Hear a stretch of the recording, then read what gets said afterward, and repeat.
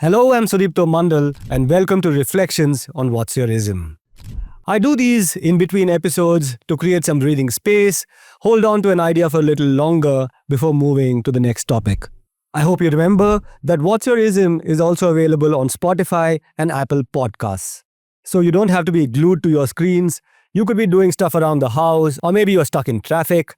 Just turn on your speakers or plug your earphones for an immersive listening experience. In this episode, I'm looking back at the conversation I had with the author, actor, and activist Du Saraswathi.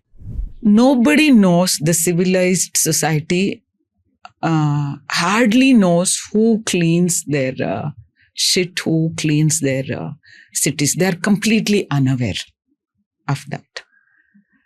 But they are aware of cleanliness of their cities and environment, etc. So this gap really shocked me in the beginning.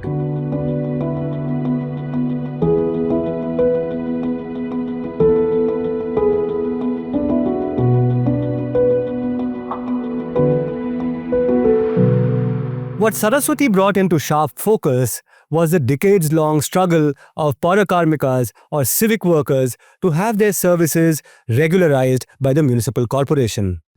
We talked about the years of sacrifice behind their recent victory over the state government, which was forced to appoint more than 12,000 Pourakarmikas as regular employees of the city municipality.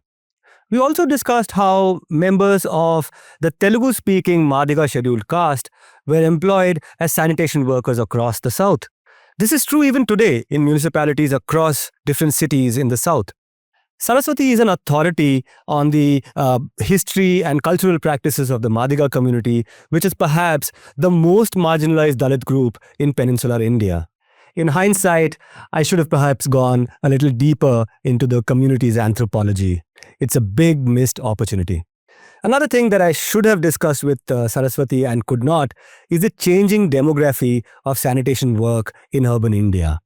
While Dalits have traditionally performed this role for centuries, today Bengali-speaking Muslims are fast replacing them in municipalities across the country. Bengaluru, Chennai, Hyderabad, Delhi, Jaipur, Mumbai. In all these cities, there is now two classes of civic workers. Those who sweep the streets and those who transport garbage to dump yards and landfills outside the city.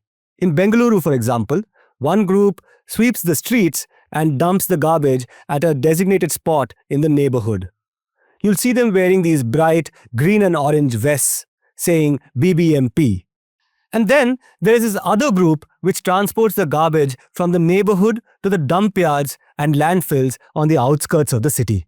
Now, the second workforce in Bengaluru is almost entirely Bengali-speaking Muslims. They are the ones who are driving the large garbage trucks and the three-wheeler tipper autos that come outside your door to collect garbage. They are the ones segregating garbage at recycling plants. Their families are not part of what we call the urban slums of Bangalore. They live in hamlets of these blue plastic tents on the outskirts of the city, most often near landfills and dumping yards. While they do municipal work on a contract basis, their contractors do not often pay them their full wages. They are expected to make their money by segregating waste and selling them to recycling companies. Often, these recycling companies are once again owned by the same contractors, and these contractors are in turn proxies of local politicians. It's a pecking order that goes right to the top, and it's a multi-million-dollar scam. What makes their condition worse is that there is little to no unionization among the migrant workers. Forget being regularized, they're swept up in raids by the police to nab so-called illegal Bangladeshis.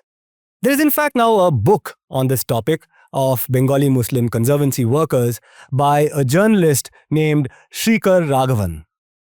The book is called Rama Bhima Soma, Cultural Investigations into Modern Karnataka.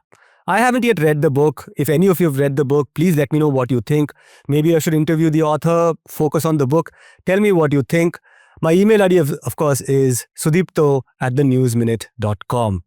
All right, I have time now to ponder over just one more point in this reflection segment: Dalits, modernity, and the politics of respectability. Saraswathi and I spoke about her father's complicated relationship with the performing arts, his reluctance to let his daughter dance on stage, what Saraswathi described as the politics of untouchable bodies, and the caste analysis of patriarchy. Those of you who watched the episode will remember that when this topic came up, Saraswathi and I instantly bonded over the work of the globally acclaimed Indian American scholar Shailaja Paik. I hope you go back and watch my interview with Dr. Paik about her book, The Vulgarity of Caste. I'm sure it'll leave you with a deeper perspective on the things that Saraswathi talked about.